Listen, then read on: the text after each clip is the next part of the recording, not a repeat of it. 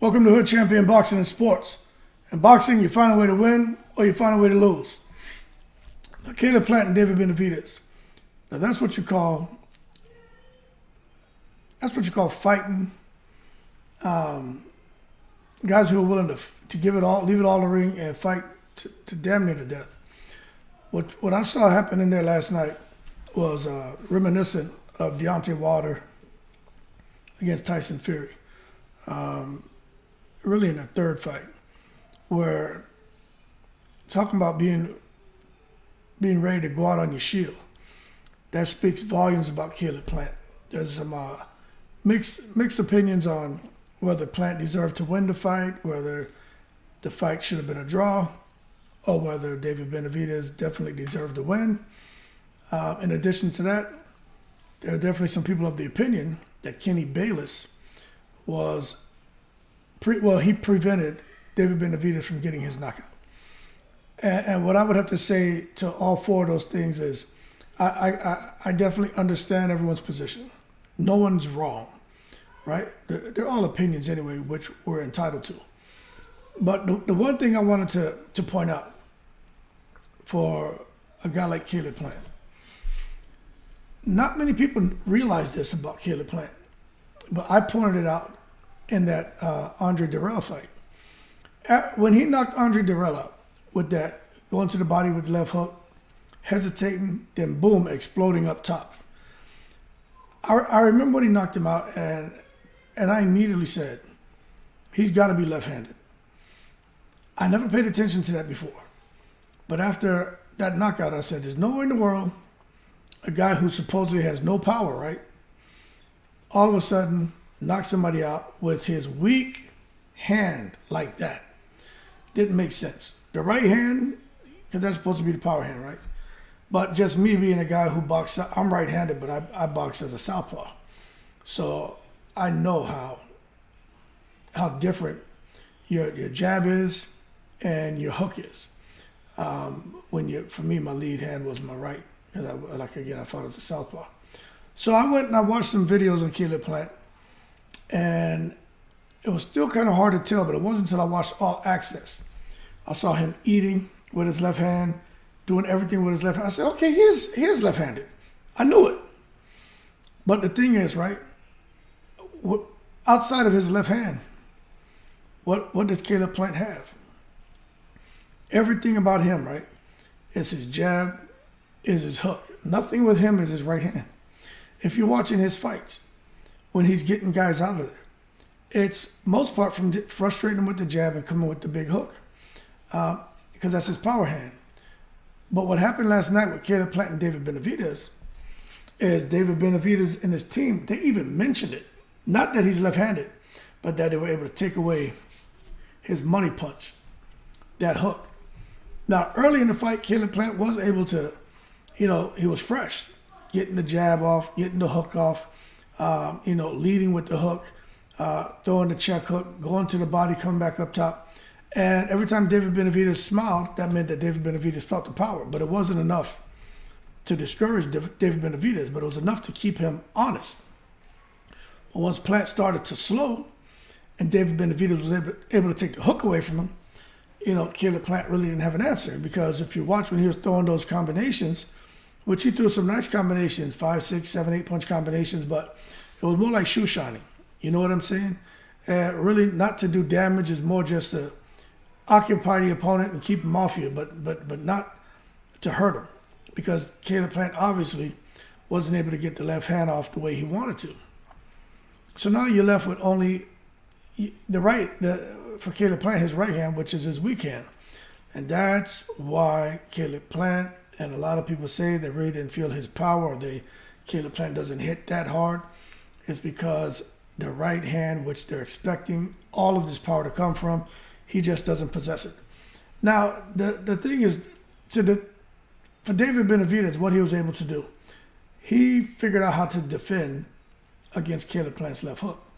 Now, the first thing that I noticed with David Benavidez, that high guard, let me tell you, that high guard is the first thing that a boxer needs to do to defend against someone who has a really good left hook, like Caleb Plant.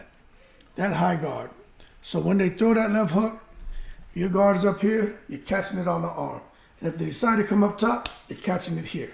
You'll see where some guys will try to, loop it behind the guard. Some guys will come on top, but for the most part, when they throw that hook, it's either catching you here, or if you come up top, your hands are here, you're catching it here. And David Benavidez was able to do that with that high guard to nullify Plant's left hook, right? Now, there was something else he was able to do. He was able to, David Benavidez, if you watch, when he's in that, he had that high guard position. When Caleb Plant was throwing that left hook, so it would have come from this side, that left hook, Benavidez wasn't just there catching it, he was turning with it. You know what I'm saying? So it's hitting his right side, but he's turning with it. So it's not just catching the hook and absorbing the impact, or just taking the impact. He's absorbing, he's rolling with it. So he's turning with it. So that's the other thing I noticed Benavidez was able to do to take some of that steam off of Caleb Plant's left hook.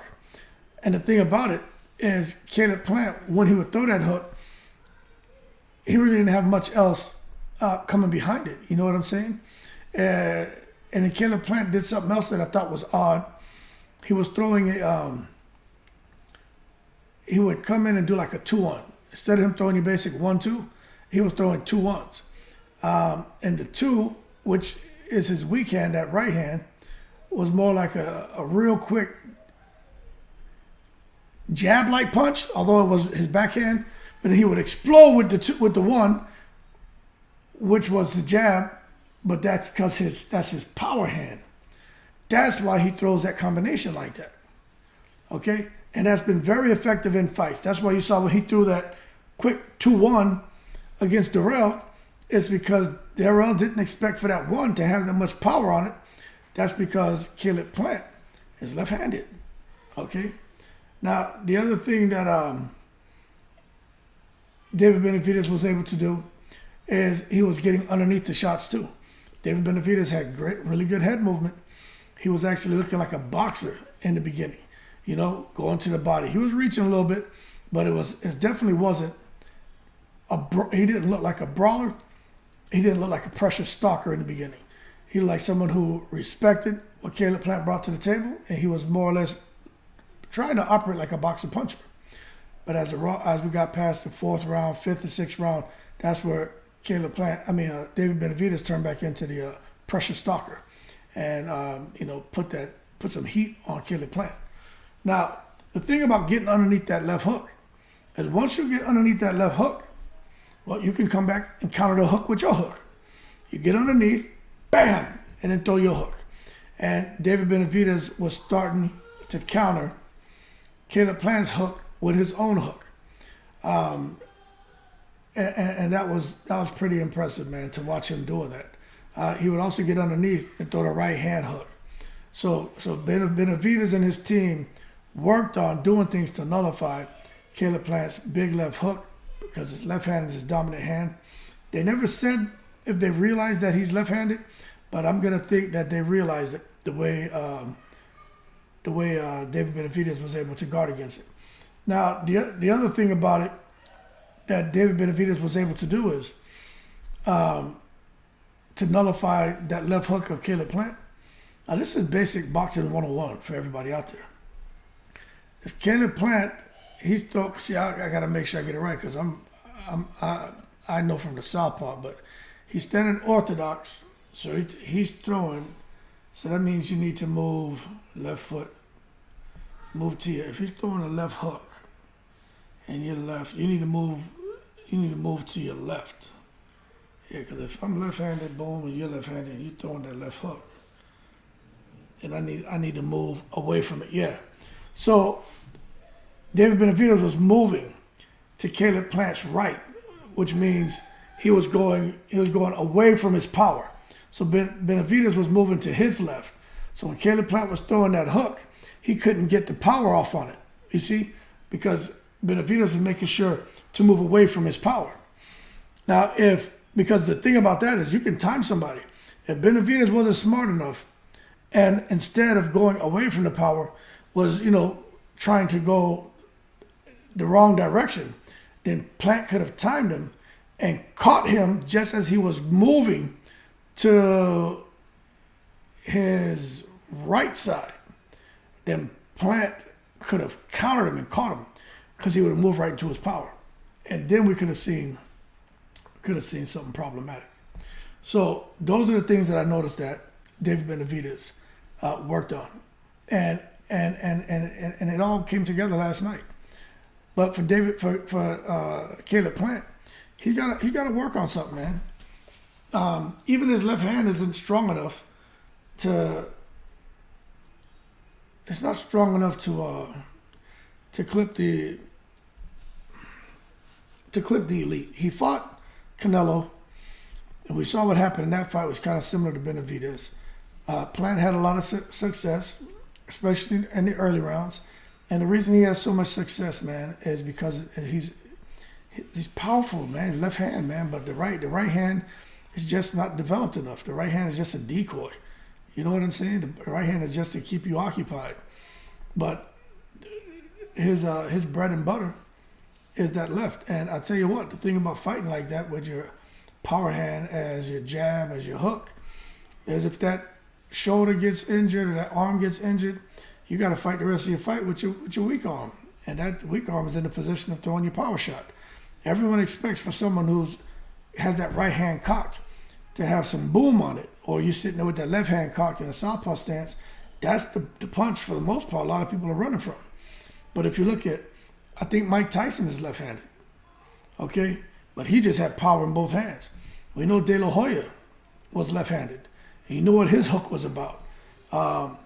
Miguel Cotto was left-handed. You know what his hook was about. This guy fighting out of Puerto Rico right now, the guy who's trying to fight Rugaru, what's his name, Matias? He's left. I know he's left-handed. Got to be left-handed. The way he gets people out of there with that left-hand shot, that left hook. I know for a fact he's left-handed. Same thing. So at the end of the day, those left-handed fighters who've been converted to orthodox, right?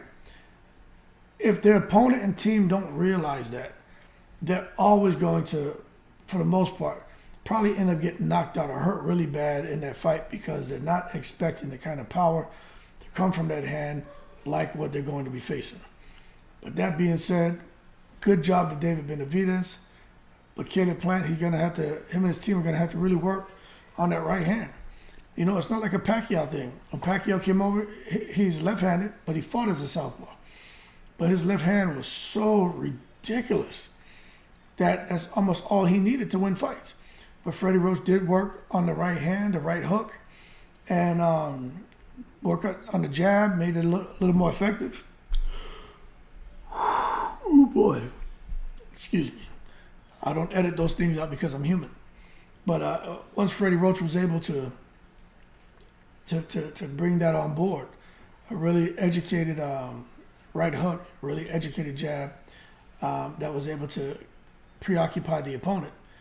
When Manny Pacquiao decided the fate of his opponent was going to be death by 1,000 left hands, then he would just unload with the big backhand left. So Caleb Plant, he's going to need some work. He's got to work on that right hand. He's got to work on it. Because that left hand, at the level he's at right now, that's not enough. And if his opponents, his future opponents realize, oh crap, this man's a southpaw, and they can neutralize that left hook, that left jab, Caleb Plant's going to be in trouble. Because without that, I'm telling you, the right hand's just not enough to get the job done. That being said, we'll see what's next for Caleb Plant. I think a good fight for Caleb Plant is Boo Boo Andre. Jamal Charlo, Canelo, to me, are the two optimal choices for David Benavidez. But for Caleb Plant, I think Boo Boo Andre, they got Morrell is a good option, but Morrell may be too much for Caleb Plant. But I think Andre is the fight to make because Andre looks like he's not really comfortable at 168. I'm not sure he has the power to really knock anybody out at 168. You know, they have weight classes for a reason. But he still has the skill set to frustrate people. But that being said, we'll see what the future holds. But for those of you who didn't realize it, I'm telling you, Caleb Plant, he's left-handed, and he's got to work on his right hand, especially if he wants to get back on a winning streak, and to have some kind of surprise for his next opponent. Because to me, his business is all out in the street right now. That he's a southpaw, and without that left hand, he's just not effective. And that could be another reason why you see Caleb Plant, if he can't really hurt a guy, get him out of there. And they put a lot of pressure on him. He just doesn't have the right hand to discourage him. And once they nullified the left, Caleb Plant turns into a track star. But that being said, y'all keep cool. Caleb Plant will return. I think he can return stronger if he works on that right hand. David Benavidez is out of here. He should be on to the next big thing. But Canelo's not trying to hit no fight with Benavidez. Canelo's looking at 2024 before he even thinks about what he's going to do after 2023. Because he already has Ryder lined up and the Bivol rematch later this year. That's it. Canelo has his year mapped out. So we'll see what 2024 holds for David Benavidez. But I think David Benavidez has a better chance of fighting Charlo. Maybe they can do that in the Middle East and make some big money.